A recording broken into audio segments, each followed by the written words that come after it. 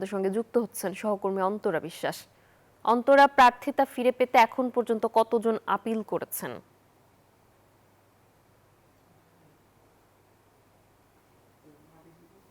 এখন পর্যন্ত প্রার্থিতা ফিরে পেতে যদি বলা হয় তাহলে ৪০ জন এখন পর্যন্ত আজকে এই চতুর্থ দিনে আপিল করেছেন। তবে সময় এখনো অনেকটাই বাকি রয়েছে, এখনো ৫ ঘন্টা সময় রয়েছে আপিল করবার। তো এই ৫ ঘন্টায় হয়তো আরো অনেকেই আপিল করবেন। আপনি জানেন যে গতকাল পর্যন্ত ২৯৫ জন আপিল করেছিলেন এবং আজকে ৪১ জন আপিল করলেন এবং আপিলের যে প্রক্রিয়া সেটি আসলে চলছে। এবং শুনানি সেটি শুরু হবে ১০ তারিখ থেকে।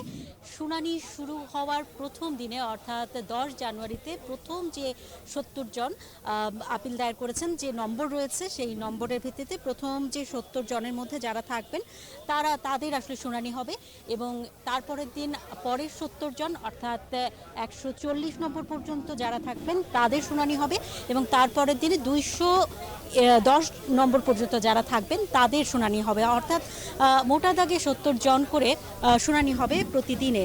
আর আপনি জানেন যে মনোনয়ন সবচেয়ে বেশি বাতিল পড়েছিল জাতীয় পার্টির, মোটামুটি ৫৯ জনের মতো বাতিল হয়েছিল। এরপরেই যে সংখ্যাটি ছিল সেটি হচ্ছে ইসলামী আন্দোলনের এবং তাদের সংখ্যাটি ছিল ৩৯ জন, বিএনপির ২৫ জনের মতো, সিপিবির ২৫ জনের মতো মনোনয়ন বাতিল হয়েছিল। এবং সবচেয়ে কম যে বাতিল হয়েছিল সেটি হচ্ছে জামাত এবং এনসিপির ১০ জনের মতো বাতিল হয়েছিল আর এনসিপিরও বেশ কয়েকজনের আসলে বাতিল হয়েছিল। আর আপনি নিশ্চয়ই জানেন যে ২০ তারিখ হচ্ছে শেষ সময় প্রার্থিতা প্রত্যাহার করবার জন্য, অর্থাৎ যারা চান যে নির্বাচনে অংশগ্রহণ করতে চান না এরকম সিদ্ধান্ত নিয়ে ফেলেছেন তাদেরকে ২০ তারিখের মধ্যেই তারা যে প্রার্থিতা প্রত্যাহার করবেন সেই সিদ্ধান্তটি আসলে জানাতে হবে। আর ২১ তারিখ প্রতীক বরাদ্দ হবে এবং এই যে প্রতীক বরাদ্দ হবে, প্রতীক বরাদ্দের পরই মূলত যে প্রচারণা সেটি আসলে শুরু হবে। তার আগ পর্যন্ত কোনো প্রার্থী তার এলাকায় বা যে কোনো জায়গায় কোনো ধরনের প্রচারণা চালাতে পারবেন না।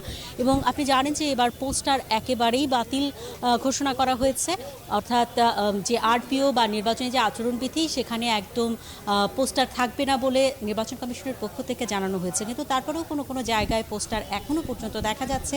যারা তফসিলের আগেই পোস্টার লাগিয়েছিলেন সেই পোস্টারগুলো সরানো হয় না। এ বিষয়ে সিসির কাছে জানতে চাওয়া হলে তিনি আসলে যেটি বলেছেন তিনি কোথাও আসলে পোস্টার দেখতে পাচ্ছেন না। তো এই ছিল আমার কাছে এখান থেকে সর্বশেষ খবর। আগামীকাল আপিল দায়েরের শেষ সময়। অন্তরা, আপনাকে ধন্যবাদ।